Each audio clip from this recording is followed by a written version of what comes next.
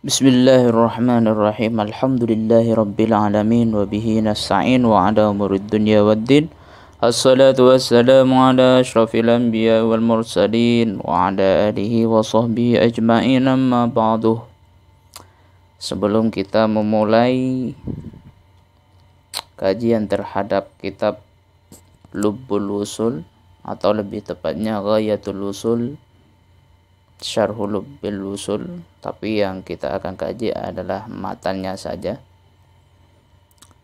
Mari kita haturkan Fatihah pada pengarang kitab ini, yaitu Syekhul Islam Abi Yahya Zakaria Al-Ansari Asy-Syafi'i, ulama Syafi'iyah fil qarni sabi al-hijri, yakni Syekh Abi Yahya Zakaria Al-Ansari yang bermadhab Asy-Syafi'i, yang merupakan ulama Syafi'iyah pada masa ke-7 Hijriah. Ila hadratin Nabi Muhammadin sallallahu alaihi wasallam wa ala alihi wa ashabihi wa azwajihi wa dhurriyyatihi wa ahwanihi minal anbiya wal mursalin wal malaikatil muqarrabin wasyuhada was-salihin. Thumma khususan ila ruhi Syekh Abi Yahya Zakaria Al-Ansari Asy-Syafi'i. Nafa'ana Allah bi'ulumihim wa amadana bi'aslihim. Al-Fatiha. A'udzu billahi minasy syaithanir rajim. Bismillahirrahmanirrahim. Alhamdulillahi rabbil alamin arrahmanir rahim maliki yaumiddin iyyaka na'budu wa iyyaka nasta'in ihdinas siratal mustaqim siratal ladzina an'amta 'alaihim ghairil maghdubi 'alaihim waladdallin. Amin. Bismillahirrahmanirrahim. Bismillahirrahmanirrahim. Dengan menyebut asma Allah yang Maha Pengasih lagi Maha Penyayang. Alhamdulillah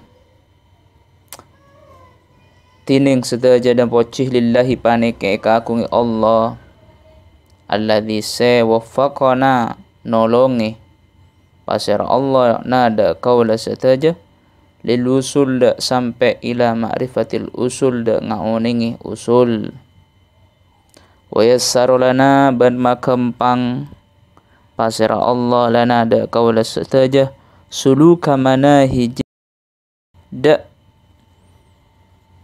meneliti banyak-banyak manhaj atau metode atau berjalan kebagusan bikuwatin kalaban kekuatan auda'a seapareng atau seabri pasera Allah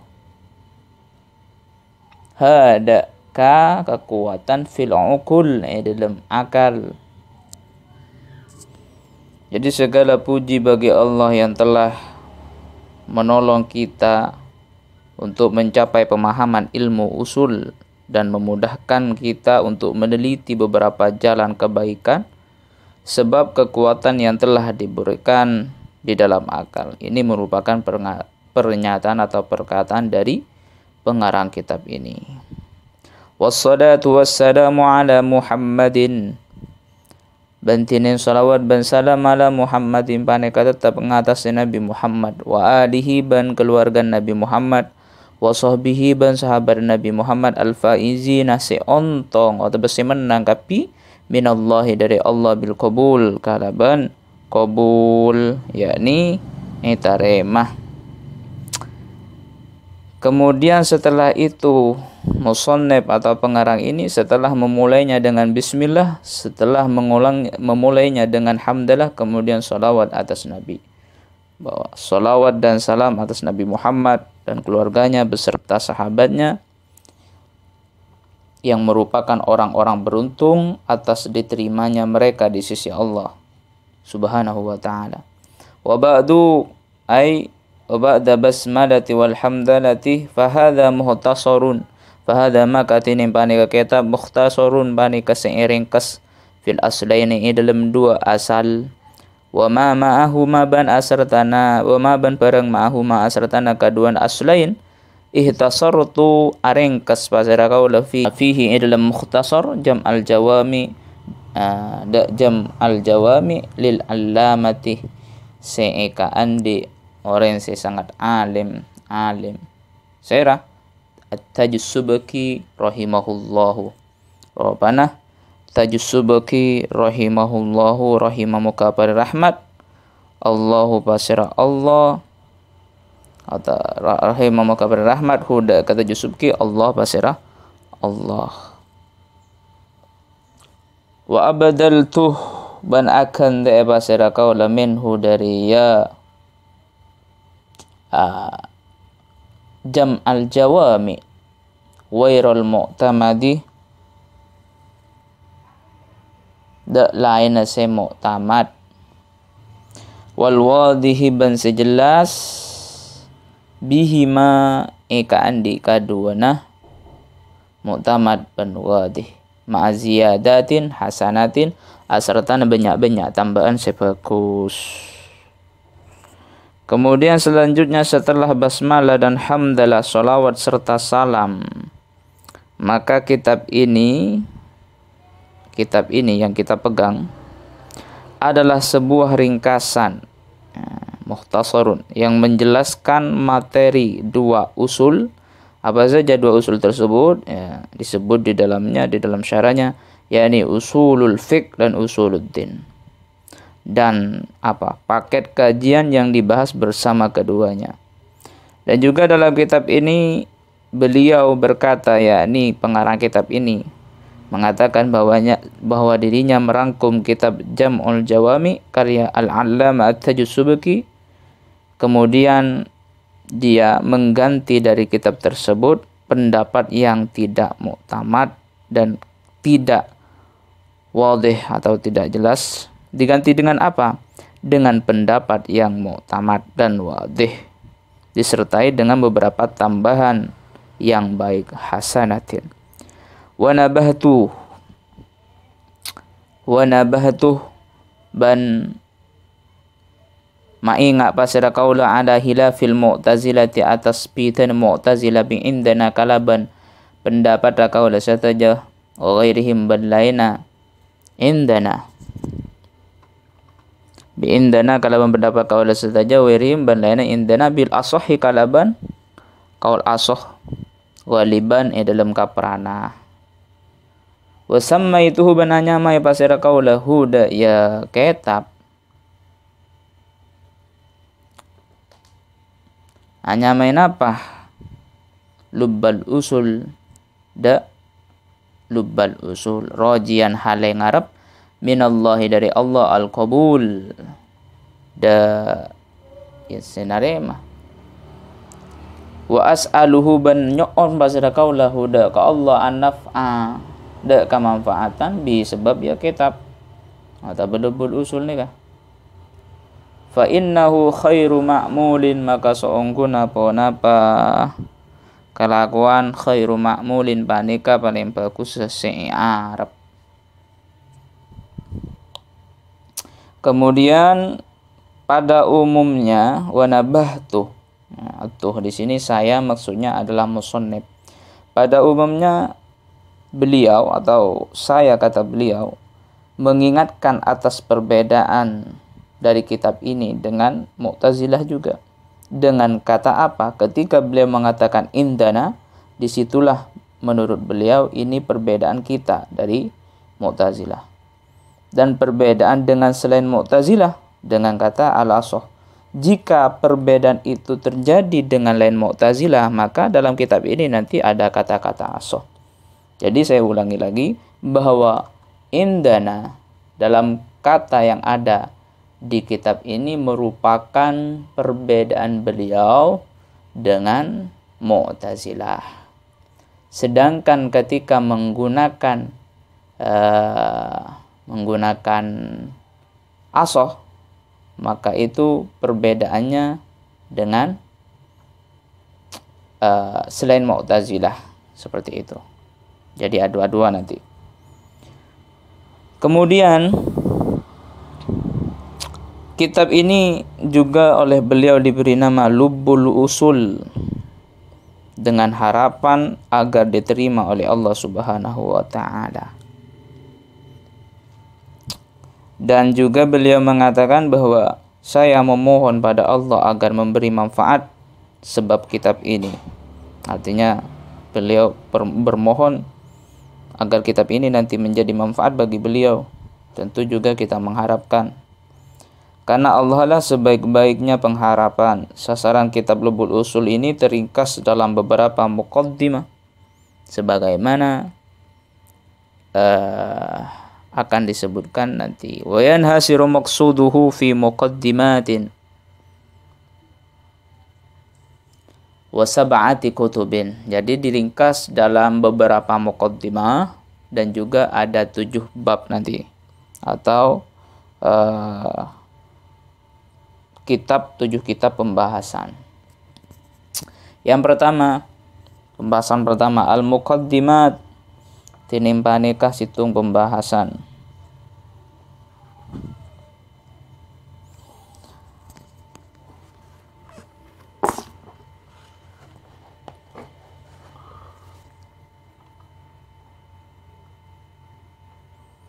Usulul fikhi. Usulul fikhi, apa yang dikatakan usul fikh? Adillatul fikhi al-ijmaliyatuh wa turuq istifadati juz'iyatiha wa halu mustafidiha. Yang dikatakan usul fikh, usulul fikhi tining usul fikh, adillatul fikhi pane kebanyak-banyak dalil fikih atau dalil fikih al-ijmaliyah, se ijmal, se mujmal atau global, wa turuq istifadati juz'iyatiha, dan banyak-banyak jalan atau cara ala faidah juz ijmaliyah wa halu mustafidiha, dan keberadaan atau bersifat mustafidiha, banyak-banyak memberi faidah dari ijmaliyah. Jadi yang dikatakan usul fiqh itu adalah dalil-dalil yang masih bersifat global. Global fikih ijmali, bahasa lainnya global ijmali. Kemudian setelah itu teori pengambilan dalil-dalil tafsili yang telah terperinci, dan serta karakteristik atau sifat-sifat mujtahid. Yakni maksud di sini adalah pengguna dalil-dalil tersebut. Siapa pengguna dalil tersebut? Adalah mujtahid. Jadi pembahasannya nanti usul fiqh ini adalah dalil-dalil global fikih, kemudian teori pengambilan dalil-dalil tafsili yakni terperinci, dan juga serta karakteristik mujtahid. Seperti itu. Wakila ma'rifatuha, ada yang mengatakan wakila ban ekoca ma'rifatuha panika ngauningi usul fiqh.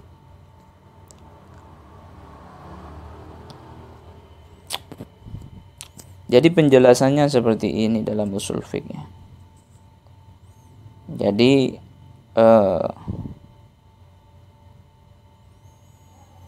dalil ijmali itu merupakan kaidah-kaidah yang bersifat umum, yang belum berkaitan dengan suatu kasus, berarti ijmali.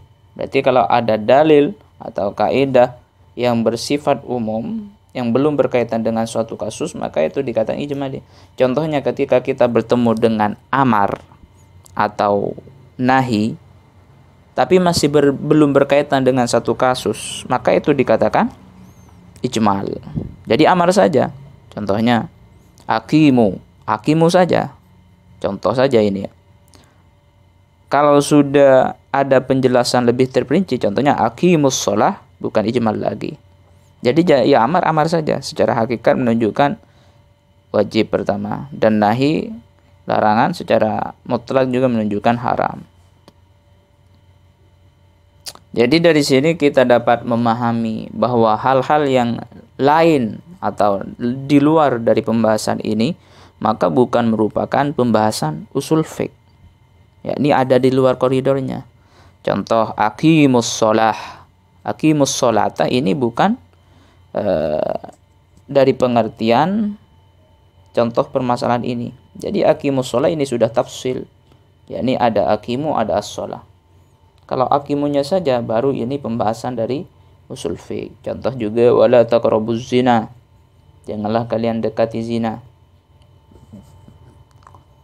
Di dalamnya itu disebutkan di dalam syarah. Kemudian juga Nabi Muhammad SAW sholat di dalam Ka'bah. Ini bukan merupakan pembahasan dari usul fiqh. Kenapa? Karena ini sudah terperinci. Kemudian ijma ulama. Kemudian pengkiasan. Namun ini ada beberapa perincian. Contoh ijma, cucu perempuan dari anak laki-laki bersama dengan anak perempuan kandung mayit mendapat bagian seperempat. Jika tidak ada waris lain yang menjadikan asobah pada keduanya. Ini merupakan ijma ulama, jadi bukan dalam masalah usulul fiqh lagi. Kenapa? Ya ini sudah tafsili di sini, sudah terperinci, bukan ijmali. Seandainya ijmali masih bisa ihtimal pada beberapa hal, maka tentu ia dikatakan usulul fiqh. Jadi dalil-dalil tafsili tadi kan ada dalil ijmali, adillatul fiqh al-ijmaliyah. Juga lawan dari itu ada dalil-dalil tafsili. Yang dikatakan dalil tafsili itu adalah dalil-dalil yang bersifat terperinci atau juz'i. Dan tentu berkaitan pada sebuah permasalahan khusus dan juga penjelasan atau menjelaskan pada hukum khusus. Contoh,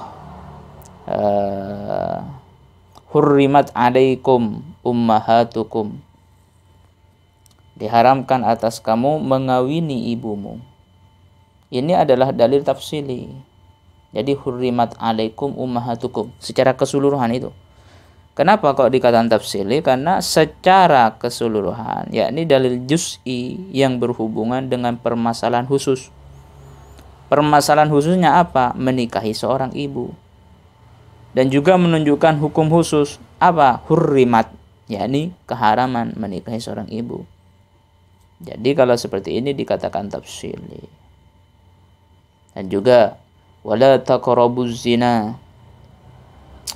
Ini merupakan dalil juz'i, yakni tafsili terperinci sudah. Kenapa? Ya tadi hukum khusus dan kasusnya juga sudah khusus. Ini berkaitan dengan permasalahan khusus. Apa permasalahannya? Zina. Dan juga hukumnya khususnya apa? Haram. Wala taqrabuz zina. Ada nahi, al-aslu fil nahi at-tahrim. Seperti itu. Kemudian turuqus istifadah. Maksudnya apa di sini? Metode penggunaan dalil ijmali, apa metodenya? Yaitu sebuah metode atau teori yang digunakan oleh seorang mujtahid di saat menjadi kontradiksi antara dua dalil yang bersifat tafsili. Ada dua dalil mempunyai sifat tafsili dan ini bertentangan. Maka bagaimana? Lah di sini merupa apa? Ranah mujtahid nanti menggunakan sebuah metode atau menggunakan dalil. Metode penggunaan dalil. Ya. Tentu nanti dari metode tersebut menggunakan dalil. Contoh, ketika ada dalil yang bersifat khusus, dan ada dalil yang bersifat umum, maka dalam pembahasan ini am dan khos bisa jadi yang khos menjadi pentahsis dari am tersebut, sehingga ketika am ditahsis atau lebih dihususkan nanti tidak akan melebar, yakni hal-hal yang ada di luarnya tidak masuk. Dan ini akan dibahas nanti tentu dalam pembahasan khusus. Kemudian wahalu mustafidiha. Apa maksudnya? Karakteristik orang yang melakukan melakukan pencarian dalil ijmali atau melakukan untuk menggali suatu hukum. Apa saja? Ini merupakan beberapa persyaratan, yakni yang harus dipenuhi oleh seseorang agar memenuhi kriteria sebagai mujtahid. yakni secara detail apa saja syaratnya gitu. Ini disebutkan. Ya salah satunya kita mengetahui ilmu nahwu. Ini merupakan salah satu daripada karakteristik mujtahid, seorang mujtahid. Atau istilahnya lah operator lah, seperti itu. Ya mungkin itu saja untuk sementara, semoga ini menjadi ilmu yang bermanfaat. Kurang lebihnya dari saya, Allahu a'lam. Wassalamualaikum warahmatullahi wabarakatuh. تهاني الحب تسبقنا إليها وتنثور وردانا من مقالتيها